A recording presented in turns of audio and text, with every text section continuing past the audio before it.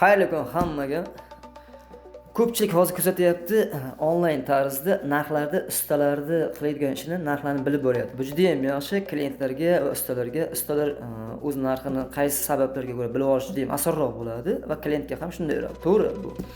Aytmoqchimanki, shu mutaxassis akalarga ko'pincha siz olib boradigan ko'p qavatli binolar qurilayotganda o'sha ishlarni tanishib chiqib, o'sha kontentlar yaratyapsiz, to'g'rimi?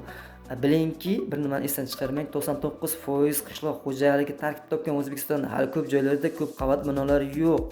Qarang, endi sizga sabab keltiraman. O'sha sababni keltirayotgan joyini qarang. Biz boradigan joyimizda stajga qo'yapmiz, ammo uyning egasi klient chiqib Instagramdagi narxni ko'rsatyapti. Stajga 40 ming, 45 ming. To'g'ri, xo'p, kelishdik, qilyapmiz. Lekinki bilingki, o'sha aytgan joyimizda tor ko'cha, hattoki texnika ham sig'maydi. Biz 2 kilometrdan ruchnoy qo'lda toshib kelishimiz kerak arava bilan o'sha har bir tushgan materialni. Ana biz aytdik, hechmasa 20 ming ketgan vaqtimizni hisoblab qo'shdik. Uyning egasi esa ko'nmadi. Nima uchun ko'nmadi bilasizmi?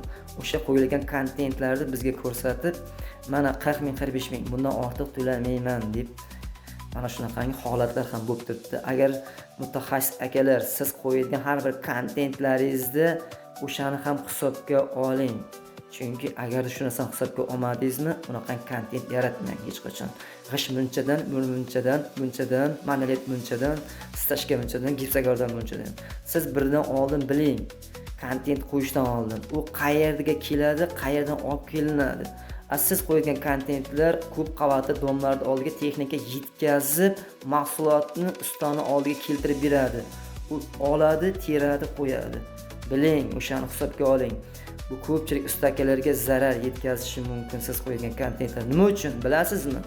Sabab shuki, mana shu bizga o'xshagan tor ko'chalarda 2 kilometrlab ruchnoy toshib keldik.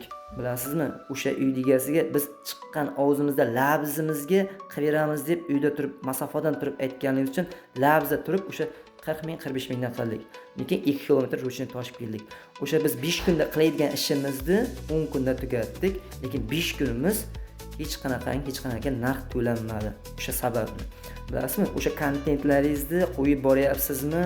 Hisobga oling. Material qayerga keladi, material qayerga qo'yiladi. O'shani ham hisobga qo'yib boring kontentlaringizni. Mutaxassis akalar, ko'pchilik mana shunaqa kontentlar yaratib, ko'pchilik ustalarni nima deydi, ish haqini kamaytirib qo'yishi mumkin.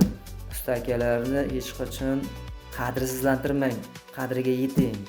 Agar o'sha kontentni qo'ymoqchimisiz, oldin usta bilan kamida 10 yil ishlab ko'ring, bo'ptimi? Kelishdik. Bunday bo'lsa biz siz bilan kelishib oldik deb hisoblayman. Sog' bo'lasizlar, salomat bo'lasizlar. Chetda yurgan akalar hamisha sog' salomat bo'linglar. Dalna bo'sh akalar sog' bo'lasizlar, salomat bo'lasizlar. Ko'pchilik buni bilib qo'ygani yaxshiroq deb o'yladim. O'shancha qo'yib bo'lgan har bir kontent ustani summasini chiqaryapsizmi? Siz oldin uni oldiga borib, material qayerga tushadi, toshib keladimi, yo'qmi? Agarda o'sha kontentlarni qo'yib boryapsizmi, hisobga oling. O'shani aytib o'ting.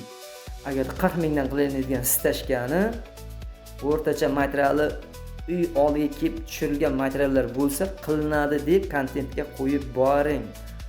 Agarda masofasi uzoqlashsa, shundagina yana qo'shiladi deb aytish esingizdan chiqmasin. Sog' bo'lasizlar, salomat bo'lasizlar. Xayr hammaga.